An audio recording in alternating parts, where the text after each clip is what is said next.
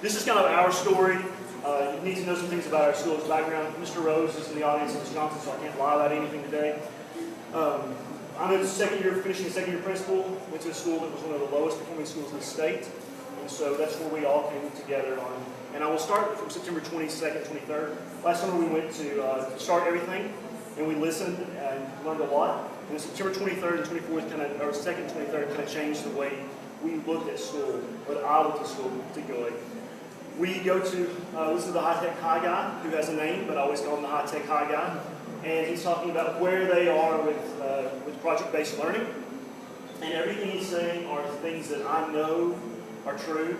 I learned it in my undergrad program. We talked about it in master's classes. It's what we are supposed to do with curriculum, with having students engaged, having assessment accountability, having an authentic audience. He is saying everything that he's talking about. We've been in this 15 years. This is where we are. We're publishing books. We're doing this. We have this great building where we've hired everyone who is really project-based centered. And I knew where we were. We were in a 50-year-old school. We did not have a faculty that was hired intentionally with the purpose of doing project-based learning, blended learning projects. They had been through a couple years of very traditional teaching where they were told to open a book, teach from the text, do not vary from the text, do not be off time schedules, and then they're having to deal with me as a new principal who I'm a little radical about things at times, and they will tell you. So we are very different. So I sit through this day and I leave the first day and I'm very frustrated, to say the least. I go back to the hotel, the Food City is close by, I go get Ben & Jerry's. For the whole crew, we tank up on pints of Ben & Jerry's ice cream. And I see Carmen and Linda in the hallway the next morning. And I say something in passing about being from far southeast Kentucky. We're in the far corner. Mr. Rose and I drove from Tennessee and Virginia this morning to be here. So, we're in a crater. And I say something about it. And I'm not going to mention any names, but someone basically said to me that if you don't like this, you are welcome to go. Lots of people are going to be on board with this. She didn't say that way. She was much kinder, weren't you, Carmen? She was very nice. She said, and you could feel in the room that morning there was a little bit of tension, and she said, people really are going to want to do this, and students are going to benefit from this. And some of you will buy into this, and some of you will do this, and some of you won't. And that's okay. If you want to be on this journey with us, be on the journey and be successful. And that's kind of took a challenge. As Manny would say, I would do it now or bust a gut. So she really put me to the point of, I'm going to do this and we're going to be successful, because I knew in my heart it was the right thing for us to do. Melissa Bailey and I were working that morning, and we got Cultural Encounters, which was a card we pulled, and it really started my thinking about what we could do with project-based learning at our school and our community, the resources we had, the people we had. And so before I left the meeting that morning, I had ordered a lot of materials because I knew about the 2 video clips that Linda and Carmen and the crew had sent me from UK, what project-based learning is and what project-based learning is not. And for years, I had been doing what I thought was project-based learning, but apparently, according to the people who know, it really wasn't. So I started ordering materials, researching, finding out more about it, and I sent an email to our faculty before I left there, and my superintendent didn't believe me, so I CC'd him on the email, saying that if you want to know more about project-based learning, I've just spent 2 glorious days in Hazard with Carmen and learning about project-based learning. Meet me in the library after school next Tuesday, but before you show up, make sure you watch these 2 video clips, what project-based learning is and what project-based learning is not. So we showed up the next week, and out of a faculty of 21 classroom teachers, 8 faculty members showed up. Our entire kindergarten group, 3 third grade teachers, and 1 fourth grade teacher. And they wanted to know more about it. So I didn't mandate this to anyone. It was something that I needed to learn, and I needed people to go on the journey with me to learn about this. More materials came in. I copied stuff. I know that's probably illegal. And I shared with lots of people in our building, and we started learning that journey together. Before we left that day, we had worked through the planning process. And by the way, those unboxed books are really great resources, really good. If you want to borrow a copy, I'll mail you mine. I'll send you a copy of my copy. And before we left, we came up with these really good ideas. We came up with a kindergarten project, which is the pumpkins. Idioms is our 4th grade. Geometry and measurement are our 2 third grade math projects. And 2 Tales from One Author was a 3rd grade project also. And I'm going to talk more about the kindergarten project because I think it's really taken off. And they've gone in lots of connected directions with it that I never would have seen possible. For years, in southeast Kentucky, we load up I don't know about the rest of you all, but we load up and we go to the pumpkin patch. And we get a pumpkin. Do you do this? Yes, you're with me on this, aren't you? If you're not, you're missing out. Come to see us. We load up and we send all of our kindergartners home with a pumpkin that's about the size of a softball, and they go home in their Walmart bag, their Food City bag with a pumpkin. And that's it. We've ended our entire talk about pumpkins and the pumpkin patch. And so this year, I said to bring back 10 to 20 extra pumpkins because they were thinking this was going to be the springboard for their project-based learning.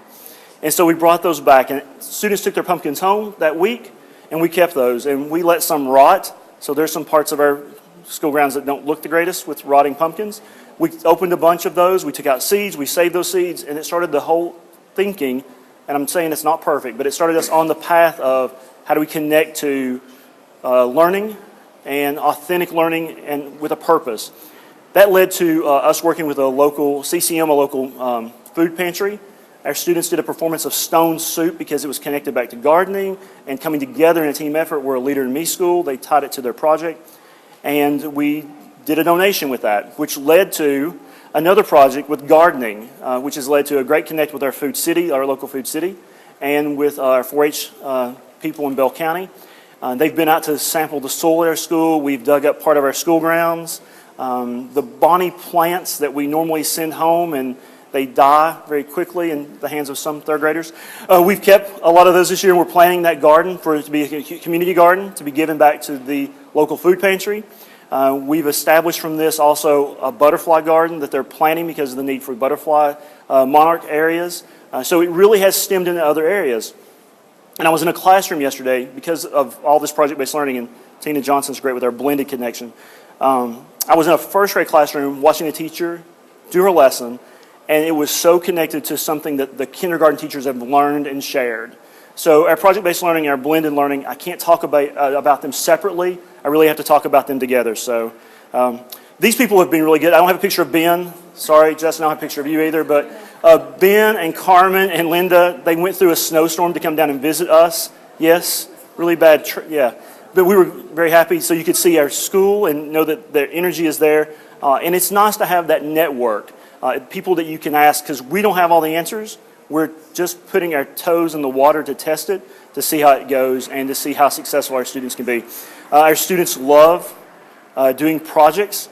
It's cut down on our classroom management issues, concerns. It's focused us on authentic learning, having an audience that loves it.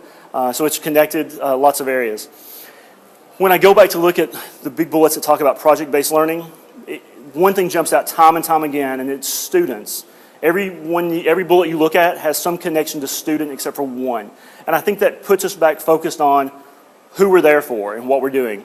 By no means are we perfect at all. I know that, and some of you may be doing a better job than we are, but we had to start somewhere. Someone said it's not just taking the risk, but it's being brave enough to take that risk. And our teachers are learning to do that. This summer we are attending some project-based learning training with you all, and we are also doing some in-house training to get those 8 a step farther and to bring all other people aboard. You'll see project-based learning throughout our school next year, and we'll be more successful with it. And the big picture is our students will be more successful, and we're very proud of them for that. So that's us. Thank you.